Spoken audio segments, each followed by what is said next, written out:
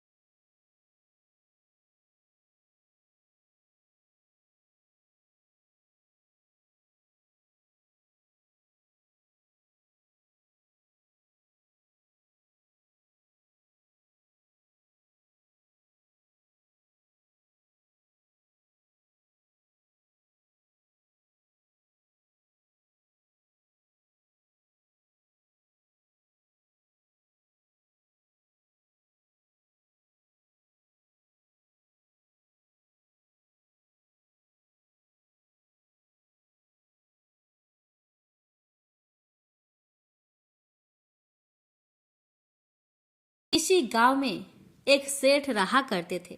उनका नाम था अमृतलाल। अमृतलाल के पास अपार धन संपत्ति थी।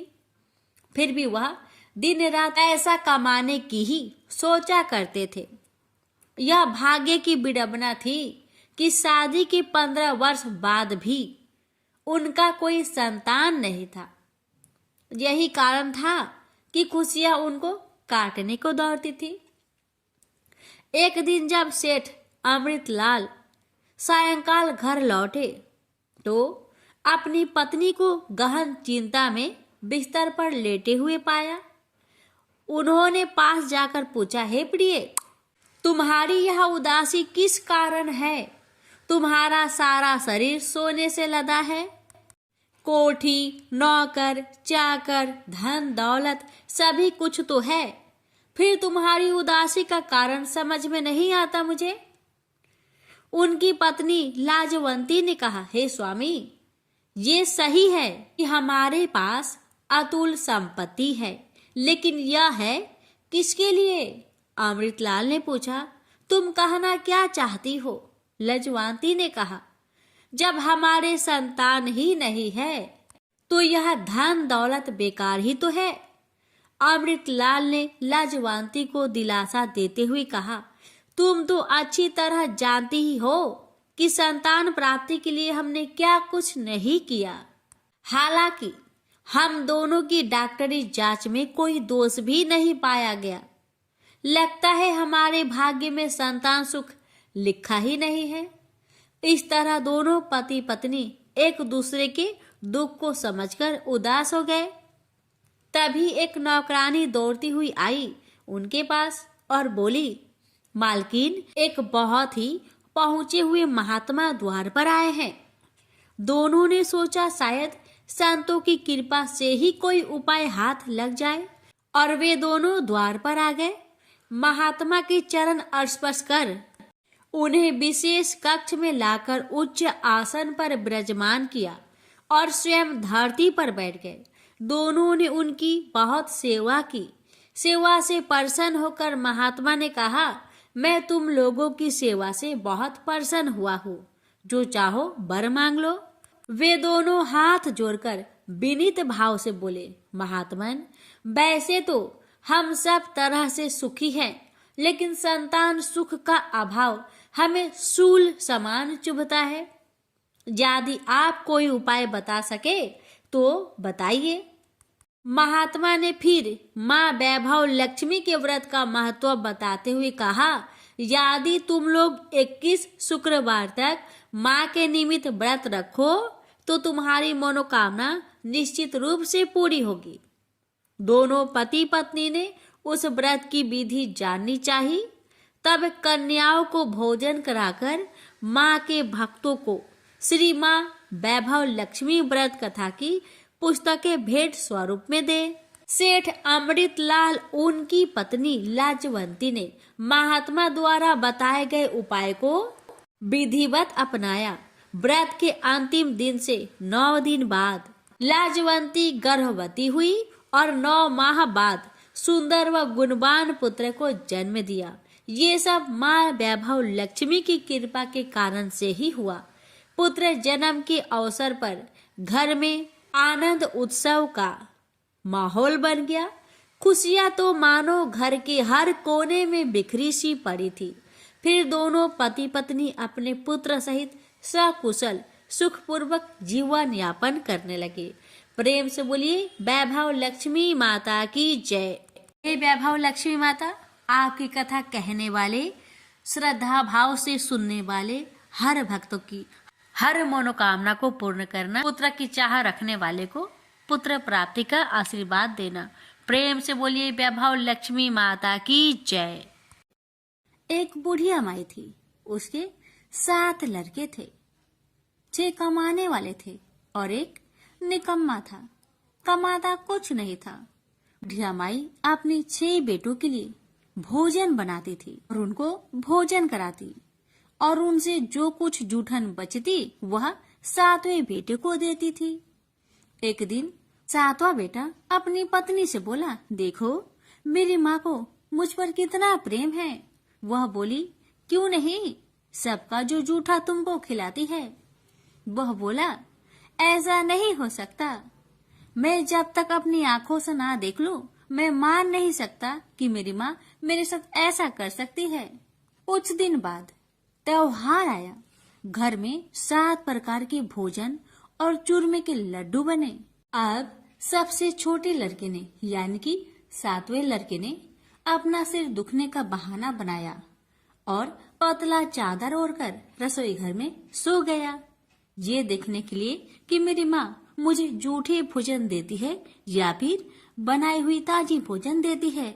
लड़का झूठ मूठ का सोने के नाटक करके रसोई घर में सोया हुआ है। वह पतले चादर के अंदर से सब कुछ देख रहा था। तभी 6 भाई भोजन करने आए। उसने देखा माँ ने उनके लिए सुंदर आसन बिछाया, नाना प्रकार की रसोई परोसी और आग्रह करके उन्हें जिमाया और वह देखता रहा। अब 6 भाइयों ने भोजन करके उठा, तब माँ ने क्या किया कि उनकी बची हुई भोजन, जूठी भोजन थालियों में से इकट्ठा करके सभी लड्डुओं के टुकड़ों को उठाकर एक लड्डू बनाया और सभी जूठन को साफ करके बुढ़िया ने अपने सबसे छोटे लड़के को पुकारा, बेटा 6 भाई भोजन करके चले गए, अब तू ही बाकी है, उठ और खाना खा ले। तब वह बेटा कहने लगा, माँ मुझे आज भूख नहीं लगा है, मुझे भोजन नहीं करना, मैं अब जहाँ नहीं रहूंगा, मैं परदेश चला जाऊंगा। अपने बेटे की बातें सुन माँ ने कहा, बेटा तू कल जाना चाहता है ना, कल क्यों जाएगा, तुम आज ही चला जा। तब बेटा बोला, हाँ माँ मैं आज ही चला जा रहा हूँ। यह कहकर वह घर से निकल गया। चलते समय पत्नी की याद आई। वह गौशाला में उपले थाप रही थी। वहां जाकर वह बोला, हम जावे परदेश, आवेंगे कुछ काल, तुम रहियो संतोष से, धर्म अपनो पाल। पत्नी बोली, जाओ पिया आनंद से, हमरो सोच हटाए, राम भरोसे हम रहे, ईश्वर तुम्हें सहाय। 2 निशानी आपन, देख धरो में धीर, सुधी मती हमारी, बिसारियो रखियो मन गंभीर। पति बोला, मेरे पास तो कुछ नहीं, यह अंगूठी है, सुले और अपनी कुछ निशानी मुझे भी दे। पत्नी बोली, मेरे पास क्या है, यह गोबर से भरा हाथ। यह कहकर पति की पीठ पर गोबर के हाथ की थाप मार दी। अब पति चल दिया। चलते चलते दूर देश पहुंचा। वहां एक साहूकार की दुकान थी। वहां जाकर कहने लगा, भाई मुझे नौकरी पर रख लो। साहूकार को जरूरत थी तो वह बोला, रह जाओ। लड़के ने पूछा, तनख्वाह क्या दोगे? तो साहूकार ने कहा, तुम्हारा काम देखकर तब हम दाम देंगे। साहूकार की नौकरी मिली। वह सुबह 7 बजे से 10 बजे तक नौकरी करने लगा। कुछ दिनों में दुकान का सारा लेन देन, हिसाब किताब, ग्राहकों को माल बेचना, सारा काम करने लगा। साहूकार के 7-8 नौकर थे, वे सब चक्कर खाने लगे। यह तो बहुत होशियार बन गया है। सेठ ने भी काम देखा और 3 महीने में ही उसे आधे मुनाफे का हिस्सेदार बना लिया। वह कुछ वर्ष में ही नामी सेठ बन गया और मालिक सारा कारोबार उस पर छोड़कर चला गया। इधर पति की अनुपस्थिति में उसकी पत्नी को सास ससुर दुख देने लगे। सारी गृहस्थी का काम करा के उसे लकड़ी लेने जंगल में भेजते हैं। इस बीच घर के आटे से जो भूसी निकलती उसकी रोटी बनाकर रख दी जाती और उसके साथ ही फूटे नारियल की नारेली में पानी। एक दिन वह लकड़ी लेने जा रही थी। रास्ते में बहुत सी स्त्रियां संतोषी माता की व्रत करते दिखाई दी। वह लड़की खड़ी होकर कथा सुनने लगी और पूछा, बहनों, तुम किस देवता की व्रत करती हो और उसके करने से क्या फल मिलता है? यदि तुम इस व्रत का विधान मुझे समझाकर कहोगी तो मैं तुम्हारा बड़ा एहसान मानूंगी। तब उनमें से एक स्त्री बोली, सुनो बहन, यह संतोषी माता का व्रत है। इसके करने से निर्धनता, दरिद्रता का नाश होता है और जो कुछ मन में कामना हो सब संतोषी माता की कृपा से पूरी होती है। तब उसने उससे व्रत की विधि पूछी। वह भक्तिनी स्त्री बोली, 1.25 आने का गुड़ चना लेना, इच्छा हो तो 5.25 आने का लेना या फिर 1.25 रुपए का भी सहूलियत के अनुसार लाना। बिना परेशानी और श्रद्धा व प्रेम से जितना भी बन पड़े सवाया लेना।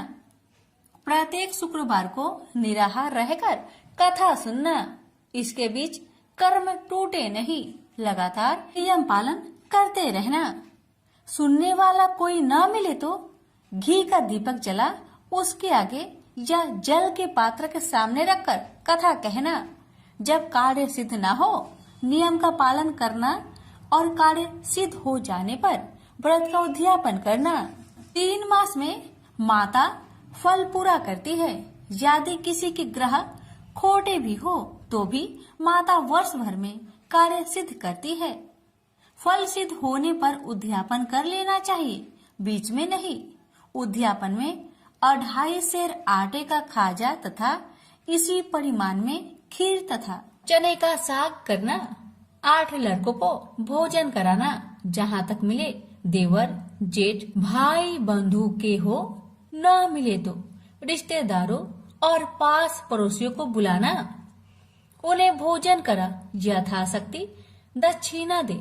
माता का नियम पूरा करना। उस दिन घर में खटाई न खाना। यह सुन बुढ़िया माई के लड़के की बहू चल दी। रास्ते में लकड़ी की बोझ को बेच दिया और उन पैसों से गुड़ चना ले माता की व्रत की तैयारी कर आगे चली और सामने मंदिर देखकर पूछने लगी, यह मंदिर किसका है? सब कहने लगे, संतोषी माता का मंदिर है। यह सुनकर माता के मंदिर में जाकर चरणों में लौटने लगी। दीन हो विनती करने लगी, माँ, मैं निपट अज्ञानी हूँ, व्रत के कुछ भी नियम नहीं जानती, मैं दुखी हूँ। हे माँ, जगत जननी, मेरा दुख दूर कर, मैं तेरी शरण में आई हूँ। माता को दया आई। एक शुक्रवार बीता कि दूसरे को उसके पति का पत्र आया और तीसरे शुक्रवार को उसका भेजा हुआ पैसा आ पहुंचा। यह देख जेठ जेठानी मुंह सिडोकने लगी। लड़के ताने देने लगे। काकी के पास पत्र आने लगे, रुपया आने लगा। अब तो काकी की खातिर बढ़ेगी। बेचारी सरलता से कहती, भैया कागज आवे रुपया आवे, हम सब के लिए अच्छा है। ऐसा कहकर आंखों में आंसू भरकर संतोषी माता के मंदिर में आ मातेश्वरी के चरण में गिरकर रोने लगी। माँ, मैंने तुमसे पैसा कब मांगा है माँ? मुझे पैसे से क्या काम है माँ? मुझे तो अपने सुहाग से काम है। मैं तो अपनी स्वामी के दर्शन मांगती हूँ माँ। तब माता ने प्रसन्न होकर कहा, जा बेटी, तेरा स्वामी आएगा। यह सुनकर खुशी से बावली होकर घर जा पहुंची, अपना काम काज करने लगी। अब संतोषी माँ विचार करने लगी, इस भोली पुत्री को मैंने कह तो दिया कि तेरा पति आएगा, लेकिन कैसे? वह तो इसे सपने में भी याद नहीं करता। उसे याद दिलाने को मुझे ही जाना पड़ेगा। इस तरह माताजी उस बुढ़िया के बेटे के पास जा सपने में प्रकट हो कहने लगी, साहूकार के बेटे, तुम सो रहा है या जागता है? वह कहने लगा, माता, मैं सोता भी नहीं जागता भी नहीं, कहो क्या आज्ञा है? माता कहने लगी, तेरे घर बार कुछ है कि नहीं? वह बोला, मेरे पास सब कुछ है माँ। माँ बाप है, पत्नी है, क्या कमी है माँ? माँ बोली, भोले पुत्र, तेरी पत्नी घोर कष्ट उठा रही है, तेरे माँ बाप उसे परेशान कर रहे हैं, वह तेरे लिए तरस रही है, तू उसकी सुधि ले। वह बोला, हाँ माता जी, यह तो मालूम है, परंतु जाऊं तो कैसे? परदेश की बात है, लेन देन का कोई हिसाब नहीं है, कोई जाने का रास्ता भी नहीं आता, कैसे चला जाऊं? माँ कहने लगी, मेरी बात मान, सवेरे नहा धोकर संतोषी माता का नाम ले, घी का दीपक जला, दंडवत कर दुकान पर बैठ, देखते देखते तेरा सारा लेन देन चुक जाएगा, जमा का माल बिक जाएगा, साज होते होते धन का भारी ढेर लग जाएगा। माता की बात मानकर वह नहा धोकर संतोषी माता को दंडवत घी का दीपक जला, थोड़ी देर में देने वाले रुपए लाने लगे, लेने वाले हिसाब लेने लगे, कोठे में भरे सामान की खरीदारी नगद दाम में दे सौदा करने लगे। शाम तक धन का भारी ढेर लग गया। मन में माता का नाम ले चमत्कार देख प्रसन्न होकर घर ले जाने के वास्ते गहना कपड़ा सामान खरीदने लगा। यह काम से निपट तुरंत घर को रवाना हुआ। उधर उसकी पत्नी जंगल में लकड़ी लेने जाती है। लौटते वक्त माता जी के मंदिर में विश्राम करती है। वह तो उसके प्रतिदिन रुकने का जो स्थान ठहरा। धूल उड़ती देख वह माता से पूछती है, हे माता, यह धूल कैसे उड़ रही है? माता कहती है, हे पुत्री, तेरा पति आ रहा है, अब तू ऐसा कर, लकड़ियों के 3 बोझ बना ले, एक नदी के किनारे रख और दूसरा मेरे मंदिर पर, वह तीसरा अपने सिर पर। तेरे पति को लकड़ियों का गट्टर देख मोह पैदा होगा, वह यहाँ रुकेगा, नाश्ता पानी खाकर माँ से मिलने जाएगा, तब तू लकड़ियों का बोझ उठाकर जाना और चौक में गट्टर डालकर जोर से आवाज देकर कहना, लो सासू जी, लकड़ियों का गट्टर लो, भूसी की रोटी दो, नारियल की खोपरे में पानी दो, आज मेहमान कौन आया है? माताजी बहुत अच्छा कहकर वह प्रसन्न मन से लकड़ियों के 3 गट्टर बनाई, एक नदी के किनारे पर और एक माताजी के मंदिर पर रखा। इतने में मुसाफिर आ पहुंचा। सूखी लकड़ी देख उसकी इच्छा उत्पन्न हुई कि हम यहीं पर विश्राम करें और भोजन बनाकर खा पीकर गांव जाए। इसी तरह रुककर भोजन बना, विश्राम करके गांव को गया, सबसे प्रेम से मिला। उसी समय सिर पर लकड़ी का गट्टर लिए वह उतावली सी आती है, लकड़ियों का भारी बोझ आंगन में डालकर जोर से 3 आवाज देती है, लो सासू जी, लकड़ियों का गट्टर लो, भूसी की रोटी दो, आज मेहमान कौन आया है? यह सुनकर उसकी सास बाहर आकर अपने दिए हुए कष्टों को भुलाने हेतु कहती है, बहू ऐसा क्यों कहती है? तेरा मालिक ही तो आया है, आ बैठ, मीठा भात खा, भोजन कर, कपड़े पहन, गहने पहन। उसकी आवाज सुन उसका पति बाहर आता है, अंगूठी देख व्याकुल हो जाता है और माँ से पूछता है, माँ यह कौन है? माँ ने कहा, बेटा यह तेरी पत्नी है, जब से तू गया है तब से सारे गांव में भटकती फिरती है, घर का कामकाज कुछ नहीं करती, 4 पहर आकर खा जाती है। वह बोला, ठीक है माँ, मैंने इसे भी देखा और तुम्हें भी, अब दूसरे घर की ताली दो, मैं उसमें रहूंगा। माँ बोली, ठीक है, जैसी तेरी मर्जी।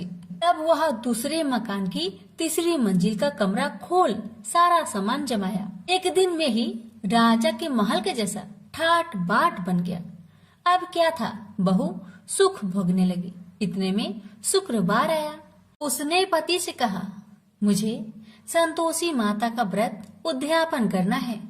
पति बोला, खुशी से कर लो। वह उद्यापन की तैयारी करने लगी। जेठानी के लड़कों को भोजन के लिए कहने गई। उन्होंने मंजूर किया, परंतु पीछे से जेठानी ने अपने बच्चों को सिखाया, देखो भोजन के समय खटाई मांगना, जिससे उसका उद्यापन पूरा ना हो। अब तो बच्चे जिमने आए, खीर खाना पेट भर के खाए, परंतु बाद में खाते ही कहने लगे, हमें खटाई दो, खीर खाना हमको नहीं भाता। देखकर आरुचि होती है। वह कहने लगी, भाई खटाई किसी को नहीं दी जाएगी, यह माँ संतोषी का प्रसाद है। लड़के उठ खड़े हुए, बोले, पैसे लाओ। भोली बहू कुछ जानती नहीं थी। वह उन बालकों को पैसे दे दिए। लड़के उसी समय हट करके इमली खटाई ले खाने लगे। यह देखकर बहू पर माताजी ने कोप किया। राजा के दूत उसके पति को पकड़कर ले गए। जेठ जेठानी मन माने वचन कहने लगे, लूट लूट कर धन इकट्ठा कर लाया है, अब सब मालूम पड़ जाएगा जब जेल की मार खाएगा। बहू से यह सहन नहीं हुआ। रोती हुई बहू माताजी के मंदिर गई। कहने लगी, हे माता, तुमने क्या किया? हंसाकर अब भक्तों को रुलाने लगी। माता बोली, बेटी तूने उद्यापन करके मेरा व्रत भंग किया है। वह कहने लगी, माता मैंने कुछ अपराध किया है क्या? मैंने तो भूल से लड़कों को पैसे दे दिए थे, मुझे क्षमा करो, मैं फिर तुम्हारा उद्यापन करूंगी। माँ बोली, अब भूल मत करना। माँ कहती है, अब भूल नहीं होगी, अब बतलाओ वो कैसे आएंगे? माँ बोली, जा पुत्री, तेरा पति तुझे रास्ते में आता मिलेगा। वह निकली, राह में पति आता मिला। वही पूछी, कहाँ गए थे? वह कहने लगा, इतना धन जो जमाया है उसका टैक्स राजा ने मांगा था, वह भरने गया था। वह प्रसन्न हो बोली, भला हुआ, अब घर को चलो। कुछ दिन बाद फिर शुक्रवार आया। फिर वह बोली, मुझे माता का उद्यापन करना है। पति ने कहा, करो। पत्नी फिर जेठ के लड़कों को भोजन को कहने गई। ठानी ने एक दो बातें सुनाई। सब लड़कों को सिखाने लगी, तुम सब लोग पहले ही खटाई मांगना। लड़के भोजन से पहले कहने लगे, हमें खीर नहीं खाना, हमारा जी बिगड़ता है, कुछ खटाई खाने को दो। वह बोली, खटाई किसी को नहीं मिलेगा, आना हो तो आओ। वह ब्राह्मण के लड़के को लाकर भोजन कराने लगी। यथाशक्ति दक्षिणा की जगह एक एक फल उन्हें दिया। संतोषी माता प्रसन्न हुई। माता की कृपा होते ही 9वें मास में उसके चंद्रमा के समान सुंदर पुत्र प्राप्त हुआ। पुत्र को पाकर प्रतिदिन माताजी के मंदिर में जाने लगी। माँ ने सोचा, यह रोज आती है, आज क्यों न आए, इसके घर चलो। यह विचार कर माता ने भयानक रूप बनाया। गुड़ चने से सना मुख, ऊपर सूर्य के समान होठ, उस पर मक्खियां भीन भीन कर रही थी।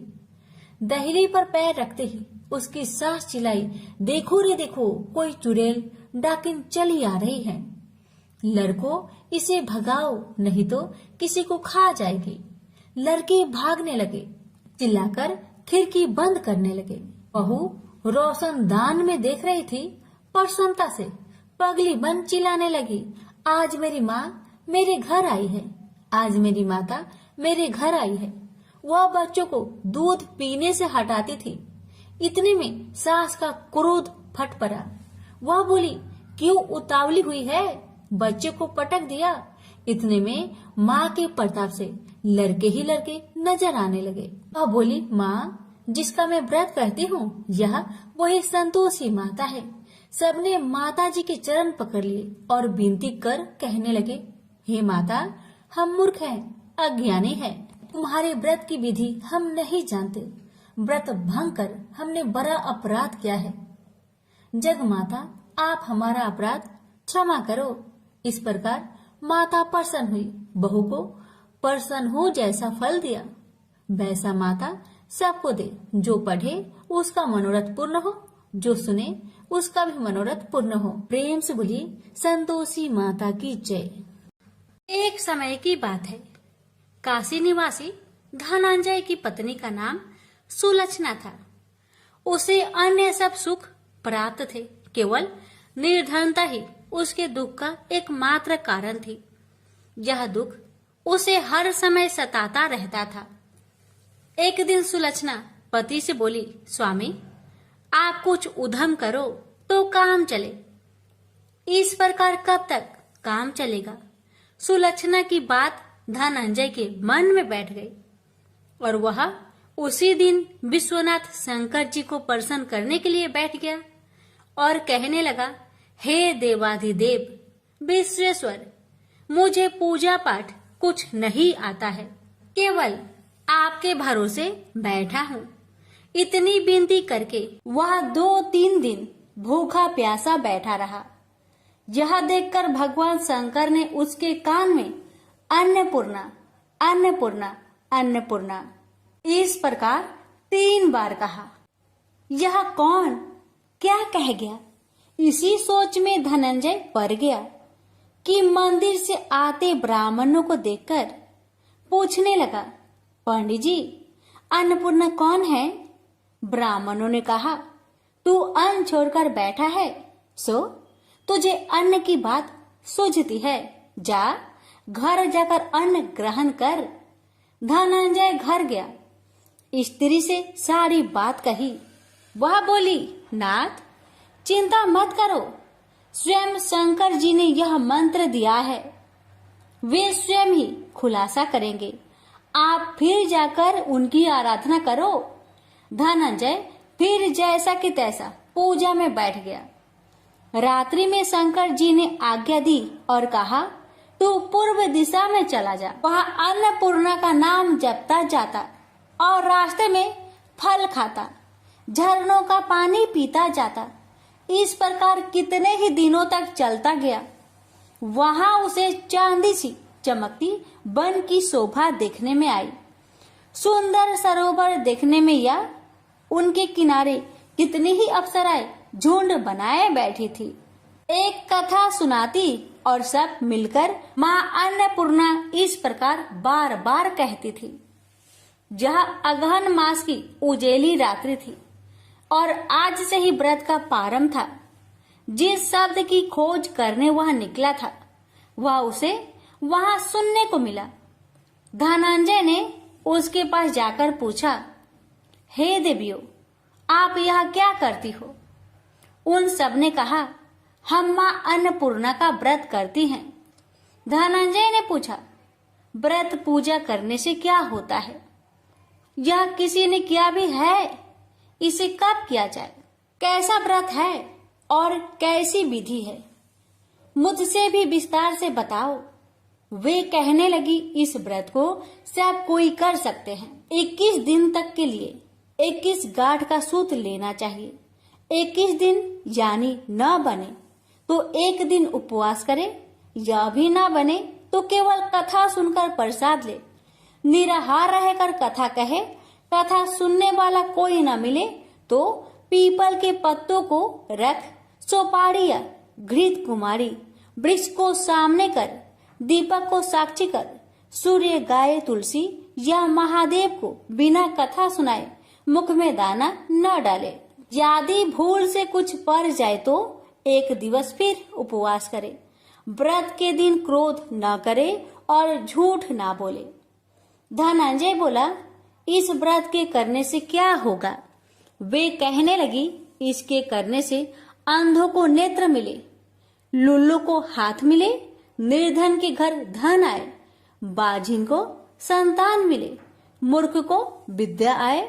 जो जिस कामना से व्रत करे माँ उसकी इच्छा पूरी करती है। वह कहने लगा, बहनों, मेरे पास भी धन नहीं है, विद्या नहीं है, कुछ भी तो नहीं है। मैं तो दुखिया ब्राह्मण हूँ, मुझे इस व्रत का सूत दोगी? हाँ भाई, तेरा कल्याण हो, हम तुम्हें अवश्य देंगे। ले, इस व्रत का मंगल सूत्र ले। धनंजय ने व्रत किया। व्रत पूरा हुआ।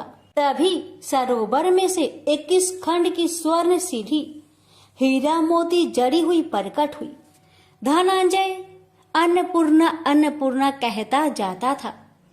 इस प्रकार कितनी ही सीढ़ियां उतर गया तो क्या देखता है कि करोड़ों सूर्य से प्रकाशमान अन्नपूर्णा का मंदिर है।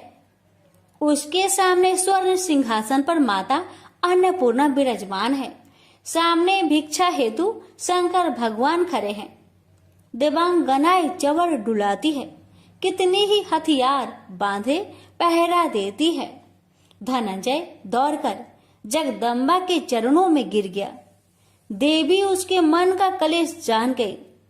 धनंजय कहने लगा, माता आप तो अंतर्यामी हो, आपको अपनी दशा क्या बताऊं। माता बोली, मेरा व्रत किया है, जा संसार तेरा सत्कार करेगा। माता ने धनंजय की जिह्वा पर बीज मंत्र लिख दिया। अब तो उसके रोम रोम में विद्या प्रकट हो गई। इतने में क्या देखता है कि वह काशी विश्वनाथ के मंदिर में खड़ा है। माँ का वरदान ले धनंजय घर आया। सुलक्षणा से सब बात कही। माता जी की कृपा से उसके घर में संपत्ति उमड़ने लगी। छोटा सा घर बहुत बड़ा गिना जाने लगा। जैसे शहद के छत्तों में मक्खियां जमा होती है, उसी प्रकार अनेक सगे संबंधी आकर उसकी बड़ाई करने लगे। कहने लगे, इतना धन और इतना बड़ा घर, सुंदर संतान नहीं हो तो इस कमाई का कौन भोग करेगा।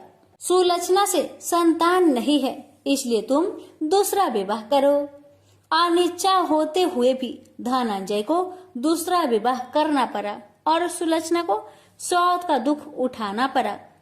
इस प्रकार दिन बीतते गए और अगहन मास आया। नए बंधन से बंधे पति से सुलक्षणा ने कहलाया कि हम व्रत के प्रभाव से सुखी हुए हैं, इस कारण यह व्रत छोड़ना नहीं चाहिए।